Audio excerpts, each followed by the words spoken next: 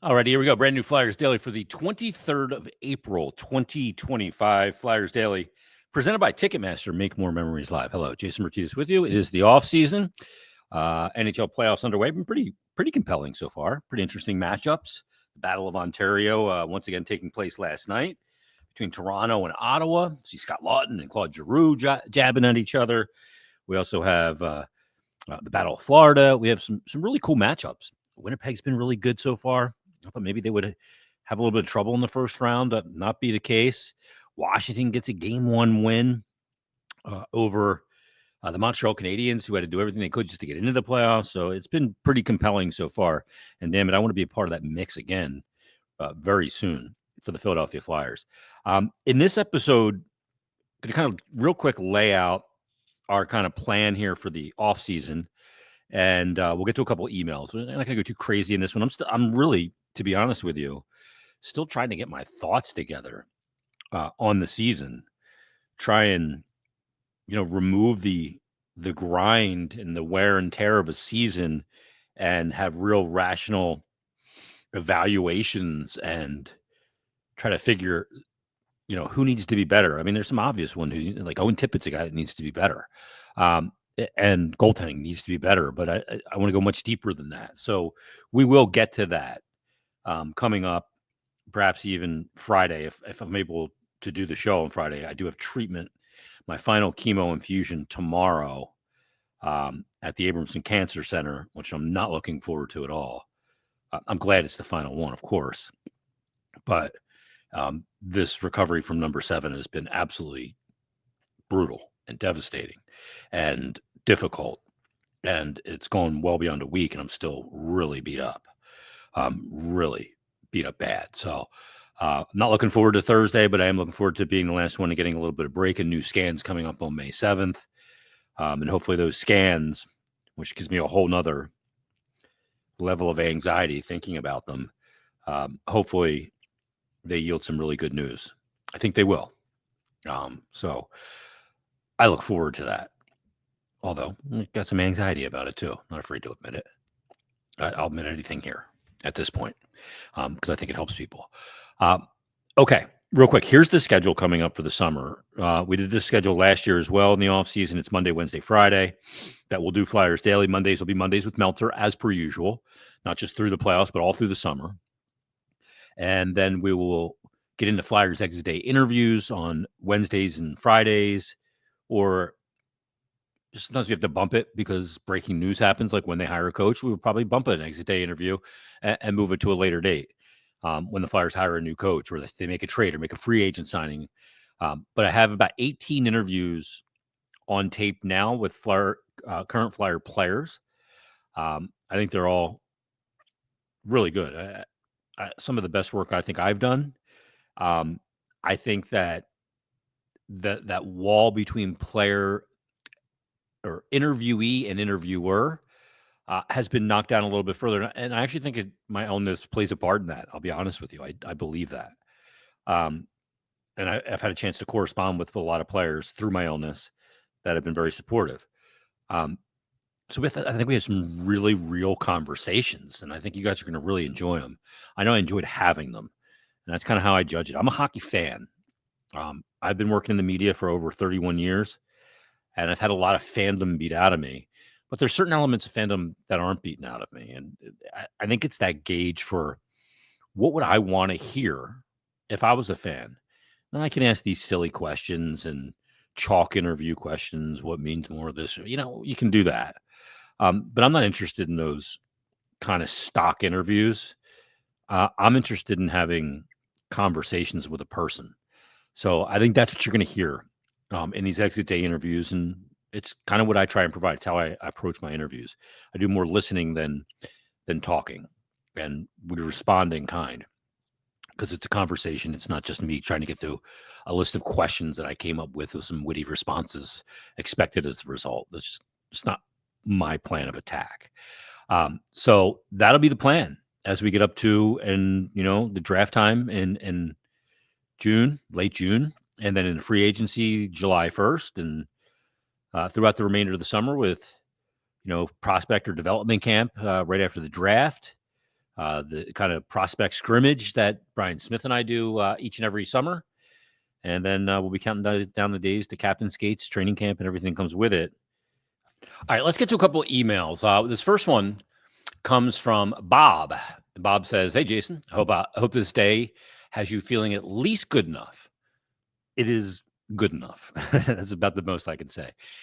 He said, "I know you didn't want to talk about the draft during the season, but with the next big days of the Orange and Black, specifically about the draft and lottery, I thought I would ask this question. Hypothetically, if the Flyers get the first pick at a certain level where both Matthew Schaefer, a defenseman, top-rated player in this draft, and Michael Misa, a high-scoring center and the number 2 ranked player in this draft, are available, where do you think they lean?" Obviously, if they have a shot at one or both of these players, they probably had to move up via the lottery, to number 1, I would think.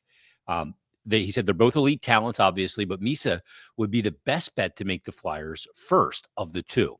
But could they pass up a chance to draft a potential number 1 D-man to take a potential 1C or 2C that would be closer to an NHL career? I look forward to your input. Thanks again, bud. And of course, I wish much better days ahead for you. Cheers. Thank you. I really appreciate that, Bob. I've been asked this question a couple times. Not on the podcast that I've tackled here, or on the record, if you will. I think if the Flyers move up to the number 1 spot, they win the draft lottery, the 9.5% cashes, and they move up from 4 or wherever to number 1 overall, I think you take Matthew Schaefer. I think you take the number 1 D-man. I think you take the top player in the draft. Now, why? They need a 1C. Absolutely. They also need a 1D. And both players are of paramount importance in long-term roster building success. But I would look now. The thing I don't know is I don't know the interview process with the player's character, talking to their coaches, talking to coaches throughout their development. I don't know any of that stuff.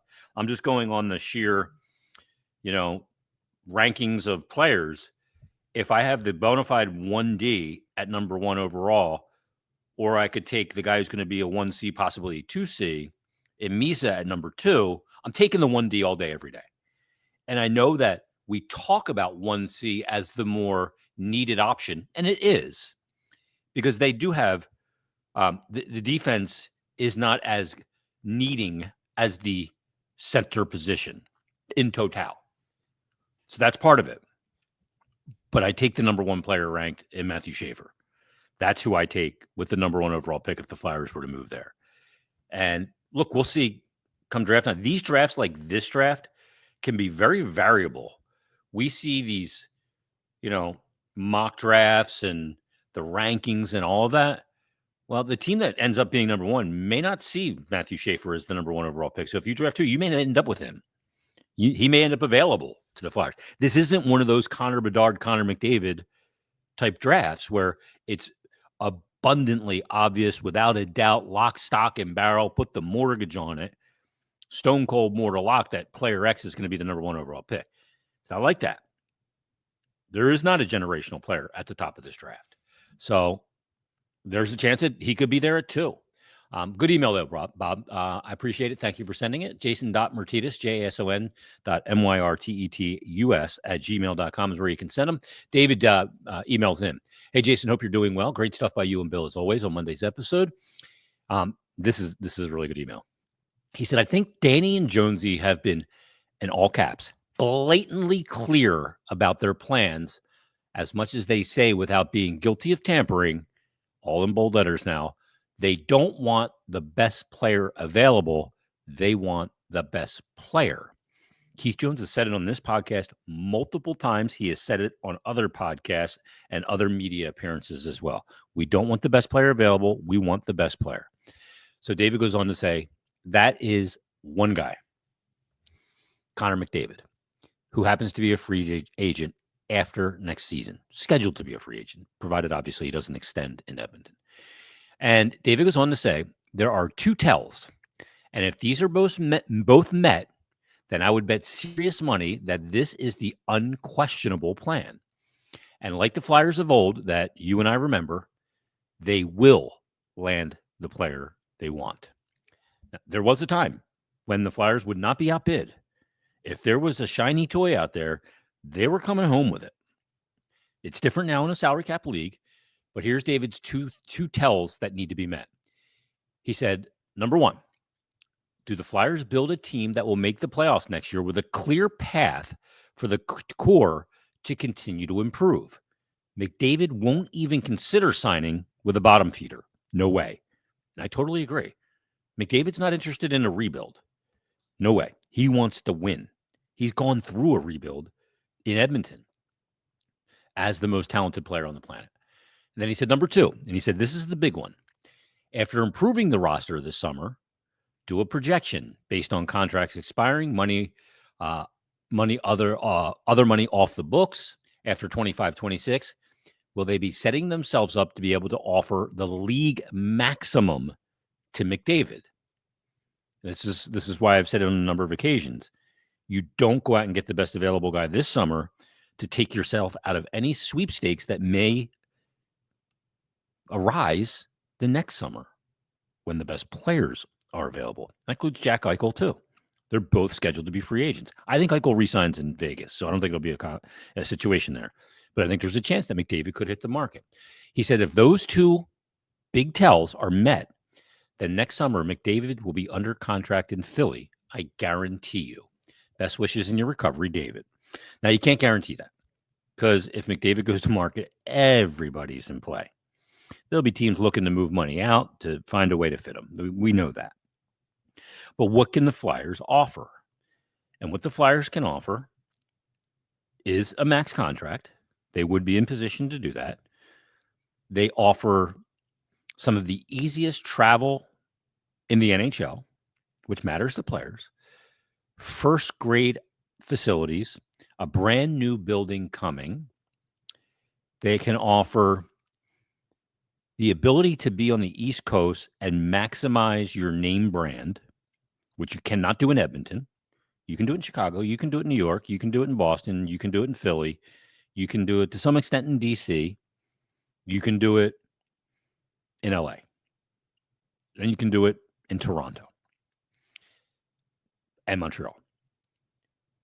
But those are some of the things the Flyers can offer. And I look, I've let my mind go there when Keith Jones says, we don't want the best available, we want the best player. To me, that screams one name too. I've let my mind go there. Is that the plan? I don't know. But I think the plan is to be in a position to be in the conversation, in the running, to present their case to the best, most talented player on the planet. Was it going to happen? I'm not going to guarantee it. Has my mind gone there? I can guarantee you it has. So take that for what it is. I don't have any inside information. I would love, obviously, to see that happen. One last one. Craig Keller.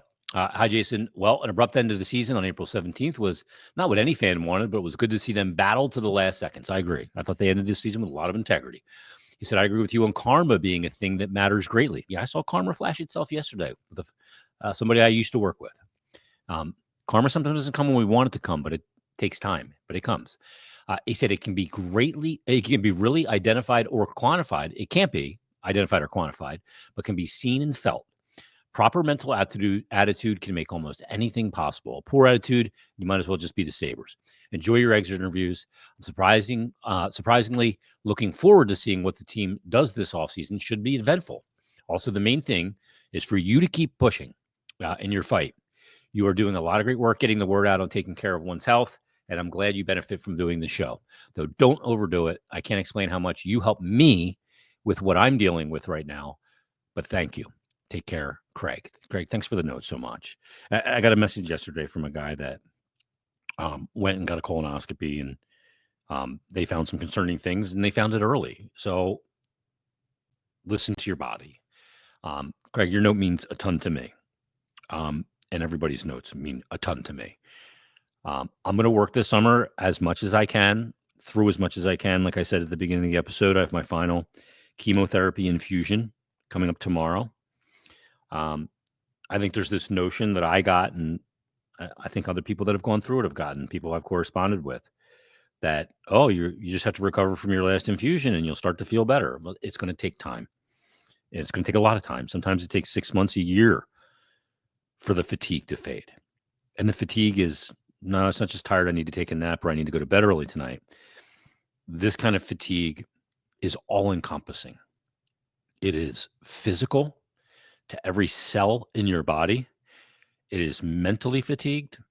And it's, frankly, it really wears you down mentally. There's a mental fatigue element to it where you're just so tired of being tired and you just want energy to be able to go out and do things and push your body and push your mind and push your day, that I just haven't been able to do it. It's been an incredibly difficult week of recovering physically from my last infusion, where I've said before, physically recover. This is a 70% physical battle, 30% mental.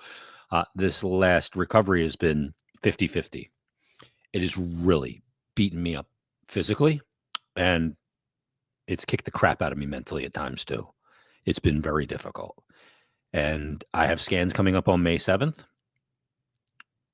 to see the result of what this has done, the effect of these 8 chemotherapy treatments over 4 months. I'm looking forward to them on one hand, and I'm scared to death of them on the other hand. I just am.